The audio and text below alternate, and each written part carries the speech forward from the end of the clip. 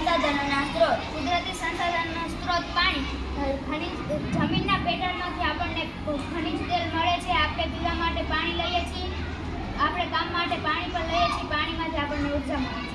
હવે આવે છે કુદરતી સંસાધનોના સ્ત્રોત, જેમ કે જંગલ. જંગલ એક સંસાધનોના સ્ત્રોત છે. તેમાંથી આપણને લાકડું, ઔષધિ, ખોરાક, રબર વગેરે જેવું મળે છે.